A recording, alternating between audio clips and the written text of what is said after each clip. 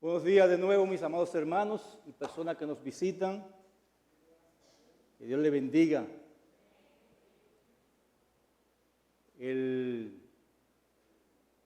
Cuando el hermano Camarena y yo entramos a la milicia, hace bastantes años de eso, nos dijeron que teníamos que estar preparados para cualquier cosa no prevista en las instrucciones. O sea, cualquier eventualidad. Y anoche pasó una de esas eventualidades. A las 11 menos 10, el pastor Huácar me llamó y me dijo, yo no puedo predicar, pastor, porque tengo un virus. Gracias. Entonces yo le dije, ¿y qué hago? Digo, bueno, oramos al Señor. Y le dije, Señor, vamos a recordar algunas cosas que son importantes para nuestras vidas en cuanto a nuestro servicio y nuestra fe en los caminos del Señor. Y quiero que vayamos a Nehemías capítulo 2. Vamos a leer hasta el versículo 10 del capítulo 2 del libro de Nehemías. Dice allí la palabra de Dios, capítulo 2, versículo 1 al 10. Sucedió en el mes de Nisán, en el año 20 del rey Artajerjes, que estando yo ya el vino delante de él, tomé el vino y le serví al rey. Y como yo no había estado antes triste en su presencia, me dijo el rey, ¿por qué está triste tu rostro? Pues no está enfermo. No es esto sino quebranto de corazón. Entonces temí en gran manera. Y dije al rey, para siempre vive el rey, ¿cómo no estaré triste mi rostro cuando la ciudad, casa de los sepulcros de mis padres, está desierta y sus puertas consumidas por el fuego? Me dijo el rey, ¿qué cosa pides? Entonces oré a Dios de los cielos y dije al rey, si le place al rey y tu siervo ha hallado gracia delante de ti, envíame a Judá, a la ciudad de los sepulcros de mis padres, y los reedificaré. Entonces el rey me dijo, y la reina estaba sentada junto a él, ¿cuánto durará tu viaje y cuándo volverás? Y agradó al rey enviarme, y después que yo le señalé el tiempo, además dije al rey, si le place al rey, que se me den cartas para los gobernadores al otro lado del río, para que me franqueen el paso hasta que llegue a Judá. Y carta para Asá, guarda del bosque del rey, para que me dé madera para enmendar las puertas del palacio de la casa y para el muro de la ciudad y la casa que yo estaré. Y me lo concedió el rey según la benéfica mano de Dios sobre mí. Te damos gracias, Señor, porque como cantábamos la salvación y todo, Señor, es tuyo. Y nosotros estando delante de tu santa presencia con nuestras debilidades, te pedimos, oh Dios, que nos fortalezca para traer tu palabra y nos bendiga en esta mañana. Oh Dios, mira a tu siervo y sus debilidades, fortalécelo, Señor, y perdona sus pecados. Que la palabra de Dios pueda llegar a nuestros corazones, llena de tu Espíritu Santo para transformar nuestras vidas y llevarnos a vivir como tú quieres que vivamos. Te lo suplicamos, Señor, en el nombre de Jesús. Amén. Nuestro Señor Jesucristo dijo en Mateo capítulo 16, 18, yo edificaré mi iglesia. Ahora, ¿cómo sabemos? Cristo edifica su iglesia usando los medios humanos que tiene su iglesia para estos fines. Él usa pecadores redimidos en la edificación de su iglesia. Así lo ha hecho en el pasado, lo está haciendo en el presente y lo hará por toda la eternidad. Él edificará su iglesia. Ahora bien, para edificar su iglesia, Él utiliza personas débiles como nosotros, que muchas veces nuestra fe mengua, que muchas veces se nos muestran nuestras debilidades, pero Él es a través de personas débiles, pecadores, redimidos por la sangre de Cristo, que va a edificar su iglesia. Y en esta parte que leímos de Nehemías, el capítulo 2, versículo 1 al 8, vemos como la situación deplorable del pueblo de Dios en Jerusalén empieza a ser transformada por medio de un hombre. Y como vimos nosotros, lleno de temor estaba ese hombre. Claro, en todo momento él es muy consciente de que él no merece la gloria de lo que va a hacer. Porque él dice, la mano bondadosa de mi Dios estaba sobre mí. Eso es importante, hermano, que nosotros comprendamos eso. Todas las cosas que hacemos es porque la mano de Dios está con nosotros. Cuando dejemos esa mano de Dios, hasta ahí llegó nuestro trabajo. Podemos hacer un trabajo, pero no para la gloria de Dios. La mano poderosa de mi Dios estaba sobre mí. Sin esa mano poderosa, nada podemos hacer, porque dice Juan, capítulo 15, versículo 5, apartado de mí, nada podrá hacer. Sin embargo, es obvio que Dios está haciendo su obra por medio de la fe que Él había dado a este siervo, porque Dios es el dador de la fe. Y en el capítulo 1, versículo 1 al 4, vemos cómo Nehemías oró por la ruina de las murallas de Jerusalén, la parte que leyó el pastor Huáscar, pero ahora había llegado la hora de actuar. ¿Y qué situación tan difícil tenía por delante? Las murallas habían estado derribadas por más de un siglo. Las personas estaban desalentadas, sus enemigos estaban al acecho, porque hay algo importante, hermano. Aún en la obra de Dios, aún dentro de la obra de Dios tendremos enemigos que van a estar al acecho contra la obra que uno está haciendo. Y lo que era peor, el rey Artajerjes había firmado un decreto anteriormente poniendo un paro a la reedificación de la muralla varios años antes, de la muralla de Jerusalén. Ahora, ¿cómo se podría vencer todos estos obstáculos que tenía este hombre? ¿Cómo? Bueno, para eso se requiere fe. Y le voy a decir una cosa, hermano, y la fe corre riesgo. Muchas veces nosotros nos ajustamos un plan diseñado por nuestra mente y nos olvidamos que Dios está ahí. Y no corremos riesgo, pero la fe corre riesgo. Y Nehemías estaba corriendo un riesgo, su vida estaba en peligro inclusive. Pero no cualquier clase de fe, sino una fe valiente. Esa es la fe que corre riesgo. Y esa es la clase de fe que vemos en Nehemías. Y es la clase de fe que debe estar en nosotros, hermano. La clase de fe que se necesita para reedificar, la reedificación de la muralla de la iglesia de Cristo en nuestro tiempo es una fe valiente. Porque en estos tiempos las murallas de la iglesia de Cristo están siendo destruidas por la impiedad, aún dentro de la misma iglesia. Y esta es una fe que tiene tres rasgos distintivos. Esa fe que corre riesgo tiene tres rasgos distintivos. Primer rasgo, la fe valiente toma grandes riesgos. Primero, la fe valiente toma grandes riesgos. Nehemías era el copero del rey. ¿Usted sabe lo que era el copero del rey? Los reyes se cubrían para que no lo envenenaran. En aquellos tiempos, en todos los tiempos hacen eso también. A los reyes se envenenaban muy fácilmente. Y él tenía una persona que probaba el vino del rey antes que el rey lo tomara. Porque si estaba envenenado, ¿quién era que se moría? Quien probaba el vino. Eso era un copero del rey. Un puesto de alto rango también porque estaba al lado del rey. Era la persona que servía el vino al rey y personalmente le entregaba y le decía, mira, este vino está puro, está libre de veneno, está libre de impureza. Era un hombre de confianza. Y Nehemías tenía que asegurarse que el rey no tuviera la mínima sospecha de que él lo estaba engañando. ¿Y qué hace entonces él? Él deja que el rey se dé cuenta de su tristeza.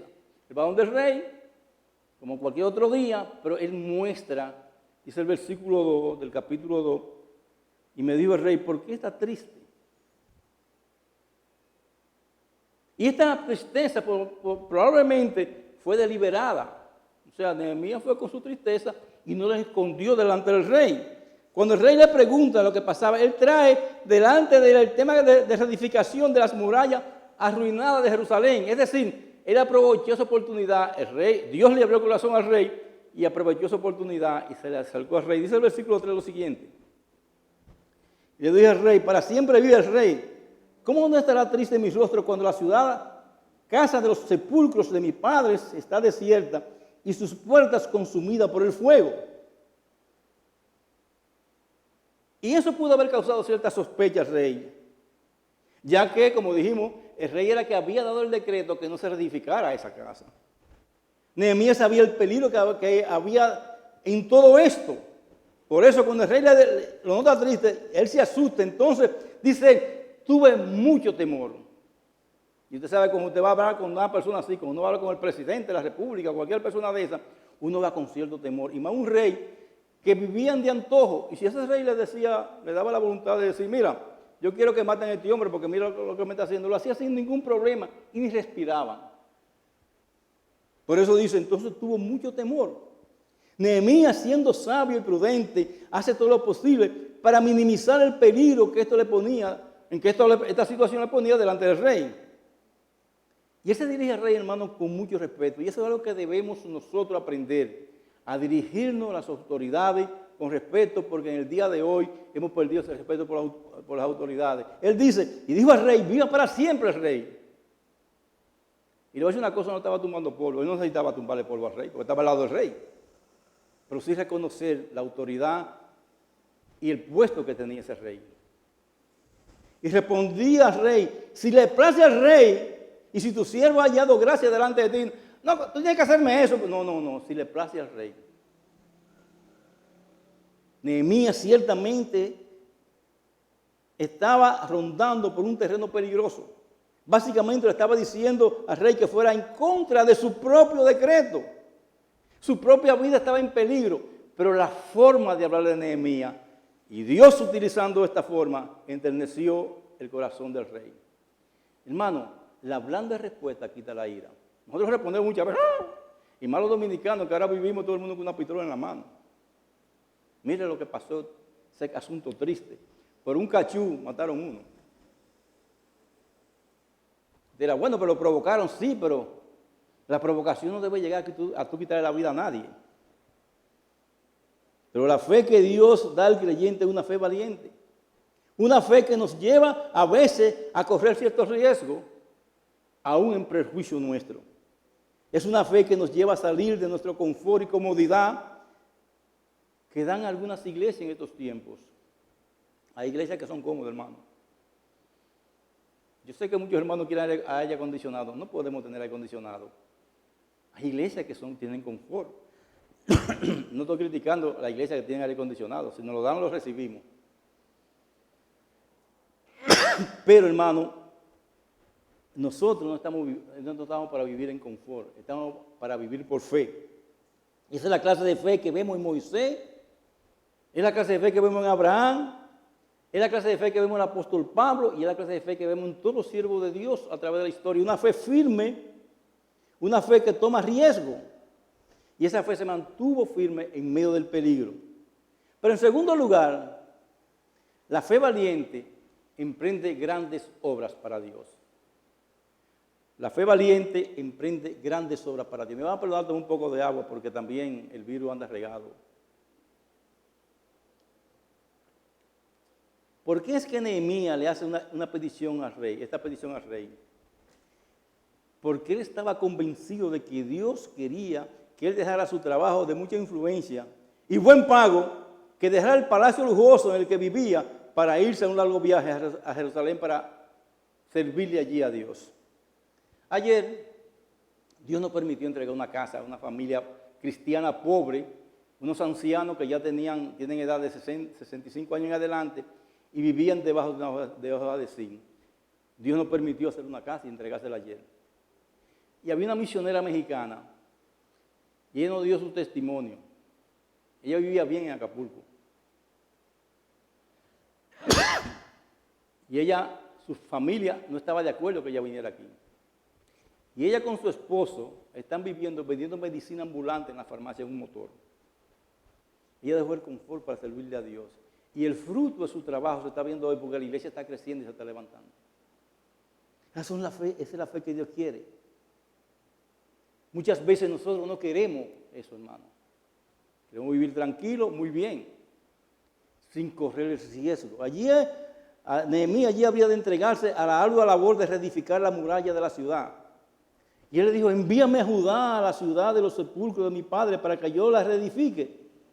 Él sabía que para que su oración de ir allí fuera contestada, su vida entera iba a tener que cambiar. Hermano, y Dios a veces nos cambia a nosotros de nuestra vida de confort a vivir una vida de sacrificio para servirle a Él. Él voluntariamente se estaba entregando a años de exhaustiva labor. Y por la clase de fe que este hombre tenía, él estaba dispuesto a pasar por todo, con tal de agradar a Dios con su vida. Y estamos nosotros, hermanos, dispuestos a algunas cosas, no a todo, para agradar a Dios con nuestras vidas. Es una pregunta que debemos de hacernos. Entonces vemos, hermano, que la fe valiente corre riesgo. En segundo lugar, la fe valiente emprende grandes obras por Dios, No importa lo que pase. Si Dios nos mandó, Él nos va a acompañar. Y nos va a llevar a hacer esa obra. En tercer lugar, la fe valiente espera grandes cosas de Dios. Por lo que hasta ahora hemos visto, o hemos podido ver, en Nehemías, él no era de la clase de persona que empezaba la cosa y la dejaba a media. Una mala costumbre que hay entre muchos de nosotros los creyentes. Comenzar una obra y dejarla a media, no, hermano. Él no era lo que con mucho entusiasmo emprenden algunos proyectos, pero poco tiempo después dejan sin concluir ese proyecto.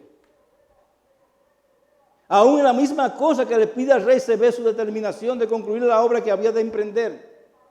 Y si usted lee el libro de Nehemías se da cuenta que él concluyó la obra, hermano. Perdón. Él pide permiso para ausentarse por un plazo de tiempo, pide carta de autorización y pide madera para el proyecto y todos se lo conceden.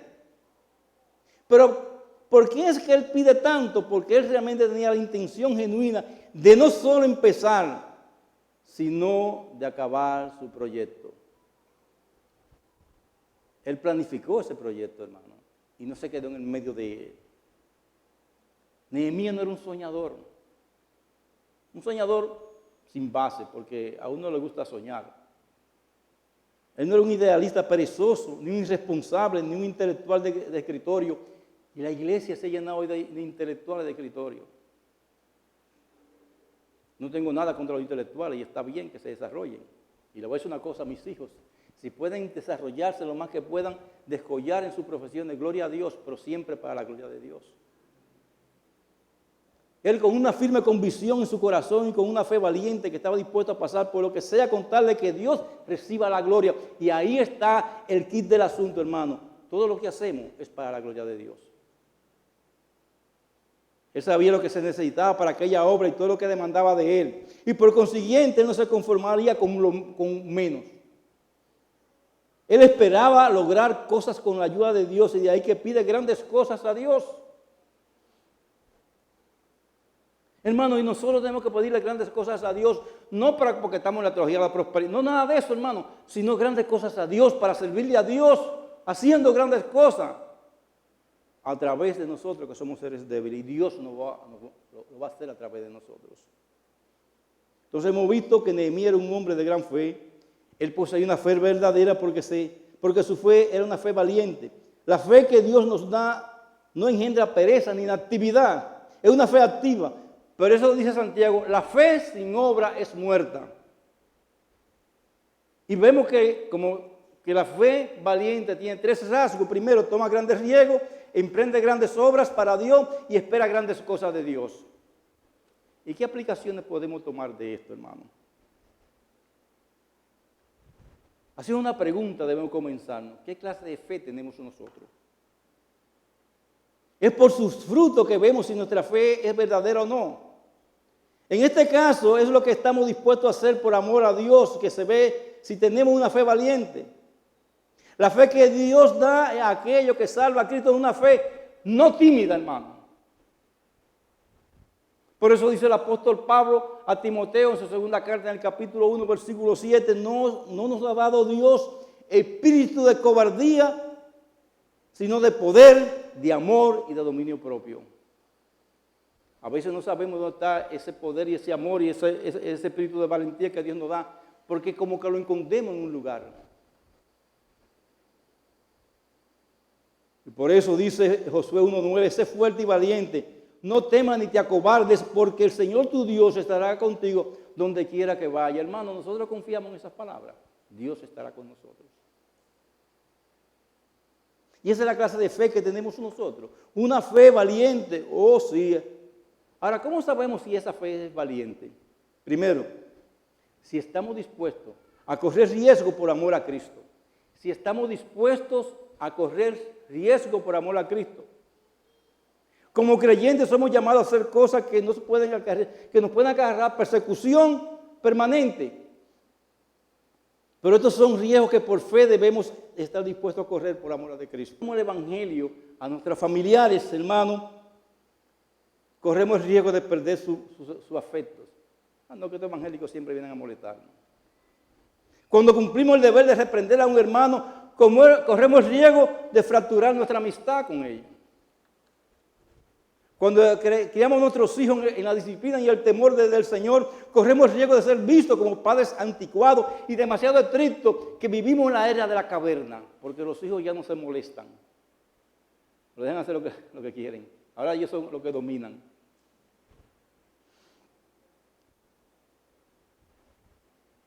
Cuando estamos dispuestos a que se nos cite, cuando hemos delatado a alguien que anda en pecado, corremos el riesgo de ser odiados por ese alguien.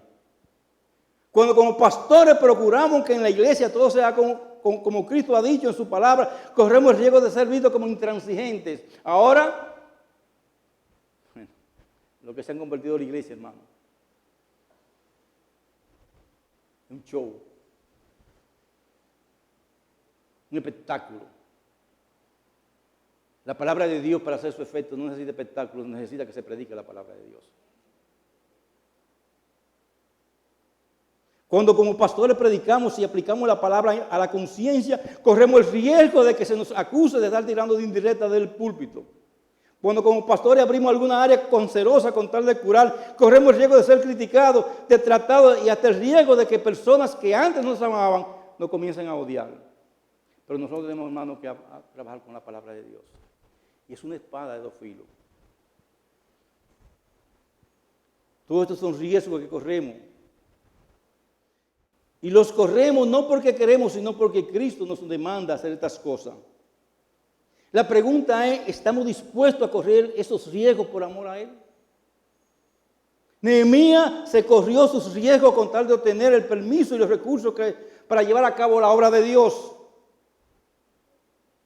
La otra alternativa que le quedaba era intimidarse y no hacer nada. Y eso es lo peor que puede pasar en una iglesia. Intimidarnos y no hacer nada y quedarnos sentados sin hacer nada. Y venir los domingos y cantar a alabar a Jehová.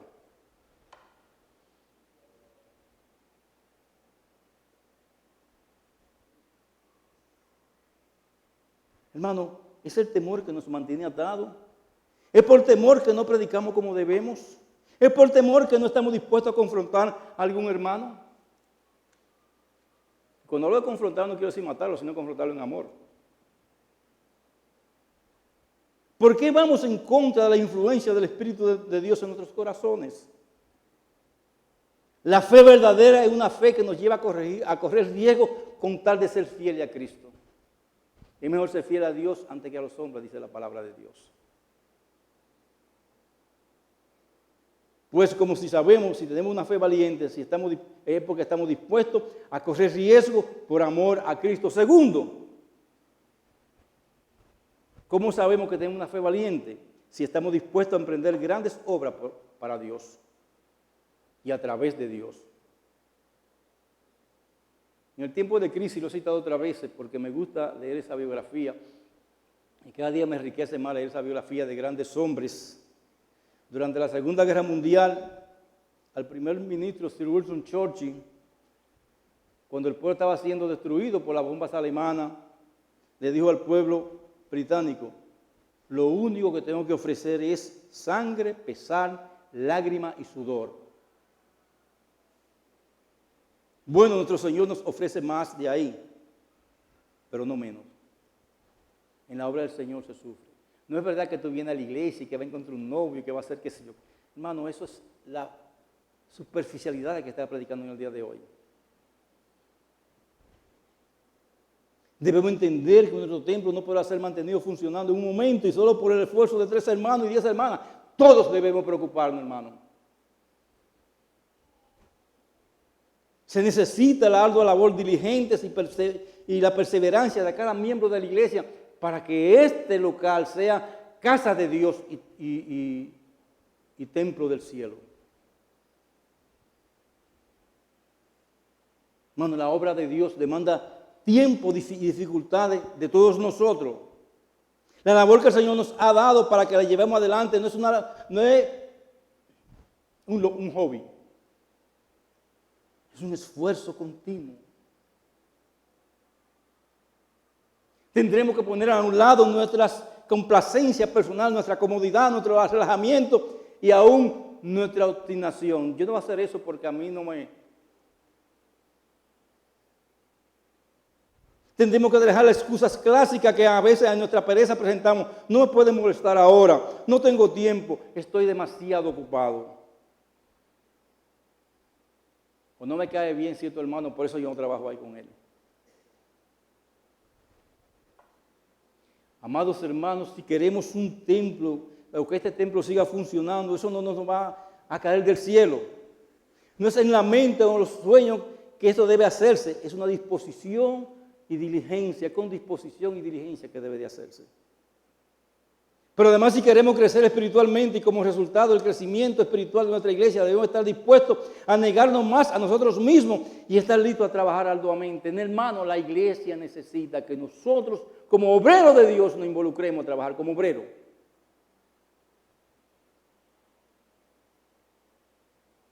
Y un obrero trabaja bajo el sol, bajo lluvia, con dificultades. Pero debemos estar dispuestos a emprender grandes obras por amor a Cristo. La fe verdadera es esa fe valiente que el Señor nos da. Nos lleva a soportar dificultades, a negar tiempo de dormir, a dejar ciertos pasatiempos que nos están robando el tiempo para servir al Señor. Y muchas veces, hermanos, nosotros no queremos sacrificar esos tiempos para servir al Señor. Esos tiempos son míos. ¿Cómo sabemos si tenemos una fe valiente? Primero, si estamos dispuestos a correr riesgos por amor a Cristo.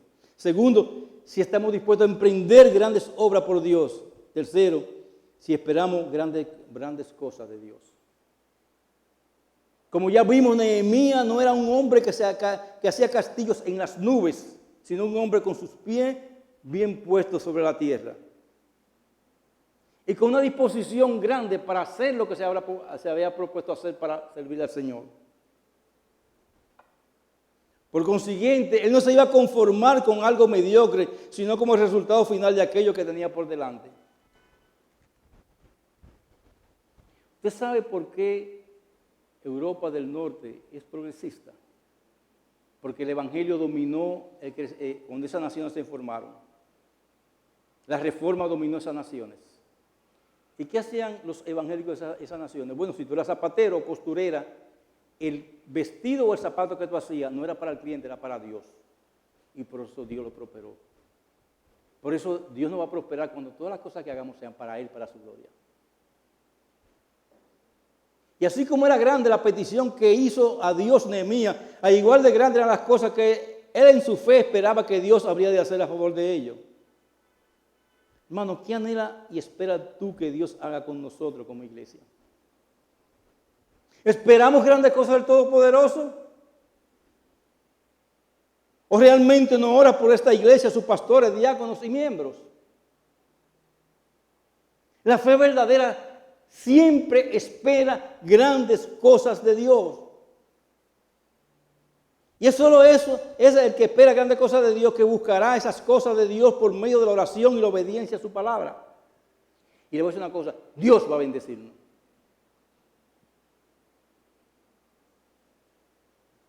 ¿Y cómo sabemos nosotros cuando esperamos grandes cosas de Dios? Por fe. Bueno, preguntándonos, ¿qué pido yo a Dios en oración? ¿Le pedimos que salve a nuestros hijos? Una de las cosas que más me desalientan a mí, hermano, ver hermanos que sus hijos están descarriados y creen como que no pueden venir al Evangelio. Hermano, son hijos de la fe y la palabra de Dios fue sembrada en sus corazones. Ora por ellos, porque la obra de Dios, tú no sabes cómo la va a hacer. Y a veces permite que nuestros hijos toquen fondo y nosotros orando por ellos y Dios los levanta y los trae a ser siervos y siervas de Dios.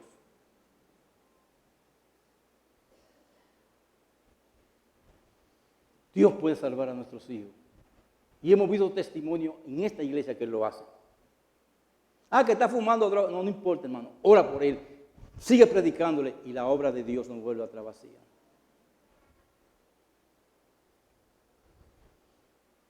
Le pedimos que nos haga personalmente grandes hombres y mujeres de Dios de piedad.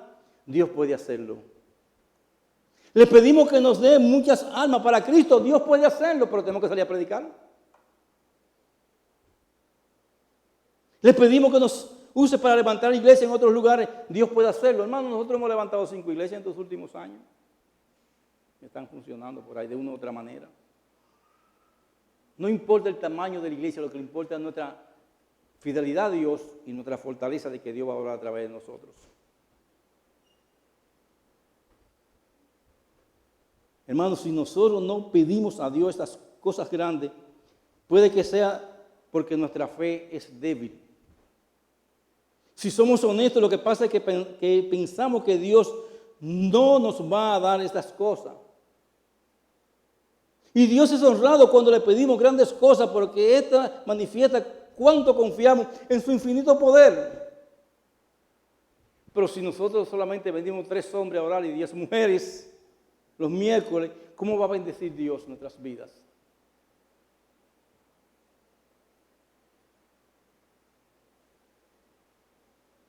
Revisando la vida de Nehemías, hermano, Nehemías no se dejó desalentar por el decreto que el mismo rey Artajerjes había dado poniendo un paro al proyecto de reedificación. No se dejó desanimar por el espíritu de complacencia y pereza que estaba manifestando muchos de los judíos. Tampoco se dejó de caer por el largo tiempo en el que las murallas habían estado como estaban. Su fe lo llevó a ver más allá de los obstáculos que tenía por delante. Nuestra fe tiene que llevarnos más allá de los obstáculos que nos presenta este mundo. Mucho más allá. Oremos nosotros a Dios que aumente nuestra fe y que nos dé una fe como la de Nehemías. No nos desanimemos si hemos tenido que llorar viendo las cosas como están y quejándonos mucho. Dejemos de quejarnos y comenzamos a actuar.